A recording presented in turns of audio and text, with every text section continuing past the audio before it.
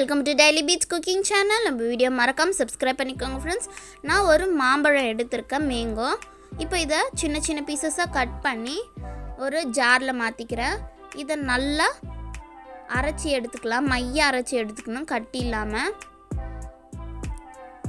நீங்கள் எந்த மாம்பழம் வேணாலும் யூஸ் பண்ணிக்கலாம். இப்போது நான் அரைச்சி எடுத்துட்டேன், நல்லா பேஸ்ட்டாக அரைச்சி எடுத்துருக்கேன். இப்போது ஒரு கடாயில் நம்ம அரைச்ச மாம்பழம் மிக்ஸை ஆட் பண்ணிக்கிறேன். எண்ணெய் நெய் எதுவும் ஊற்றாமே மாம்பழம் அரைச்ச மாம்பழத்தை கடாயில் போட்டு இந்த மாதிரி மிக்ஸ் பண்ணிக்கோங்க. எண்ணெய் நெய்லாம் ஆட் பண்ணக்கூடாது. நல்லா கலரி விட்டுட்டே இருங்க. மாம்பழம் நல்லா வேகணும். இந்த ஸ்டேஜில் சுகர் ஆட் பண்ணிக்கிறேன், சர்க்கரை. நீங்கள் உங்கள் மாம்பழம் ஸ்வீட்னஸ்க்கு ஏற்ற மாதிரி சுகர் ஆட் பண்ணிக்கலாம். நல்லா கலரிட்டே இருங்க. கொஞ்சம் நல்லா டார்க் எல்லோ கலரில் வரணும். நல்லா கொஞ்சம் கெட்டியாக சர்க்கரையும் மாம்பழமும் நல்லா மிக்ஸ் ஆகி கொஞ்சம் நல்லா கெட்டியாக வரணும். அது வரையும் நல்லா மிக்ஸ் பண்ணிகிட்டே இருங்க. நல்லா பாருங்கள், இப்போ நல்லா டார்க் எல்லோ கலரில் வந்திருக்கு. நல்லா திக் பேஸ்ட் மாதிரி வந்திருக்கு. இப்போது நல்லா ரெடி ஆகிடுச்சு. நல்லா கெட்டியாக வந்திருக்கு பாருங்கள். இப்போ கேஸ் ஆஃப் பண்ணிவிட்டு ஒரு பிளேட்டில் எண்ணெய் தடவிக்கோங்க.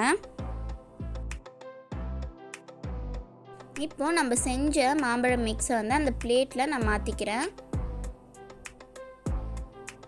பாருங்கள், நல்லா சூப்பராக இருக்குது பார்க்குறதுக்கு. இப்போ ஒரு ஸ்பூன் பின்னாடி எண்ணெய் தடவிட்டு இந்த மாதிரி அந்த தட்டு ஃபுல்லாக ஸ்ப்ரெட் பண்ணி விடுங்க. மாம்பழத்தை நல்லா ஸ்ப்ரெட் பண்ணணும். ரொம்ப தின்னாக மாம்பழம் ஸ்ப்ரெட் பண்ணக்கூடாது. ஓரளவுக்கு திக்காக இருக்கிற மாதிரி பண்ணிக்கோங்க.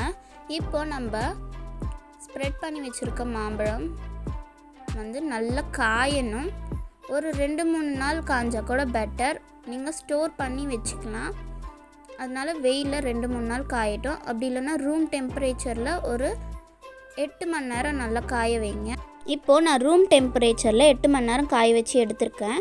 இந்த மாதிரி ஷீட் மாதிரி வரும் ஃப்ரெண்ட்ஸ். இப்போ நான் கட் பண்ணி காட்டுறேன் பாருங்கள். இந்த மேங்கோ பாரை செஞ்சு நீங்கள் ஒரு பாக்ஸில் ஸ்டோர் பண்ணி வச்சிட்டிங்க அப்படின்னா கெட்டே போகாது. நீங்கள் எப்போல்லாம் வேணும்னும் போது எடுத்து சாப்பிட்டுக்கலாம். ரொம்ப சூப்பராக இருக்கும். இந்த ரெசிபியை நீங்களும் வீட்டில் ட்ரை பண்ணி பாருங்கள். இப்போ நான் எடுத்து காட்டுறேன். பார்க்குறதுக்கே ஷைனிங்காக சூப்பராக இருக்குது. பார்க்கும் போதே சாப்பிட்ணுன்னு தோணுது. நம்மளோட சேனலை மறக்காமல் சப்ஸ்கிரைப் பண்ணிக்கோங்க ஃப்ரெண்ட்ஸ். சூப்பரான மேங்கோ பார் ரெசிபி ரெடி. நம்மளோட சேனலை மறக்காமல் சப்ஸ்கிரைப் பண்ணுங்கள், லைக் பண்ணுங்கள், ஷேர் பண்ணுங்கள் ஃப்ரெண்ட்ஸ். மறக்காமல் கமெண்ட் பண்ணுங்கள்.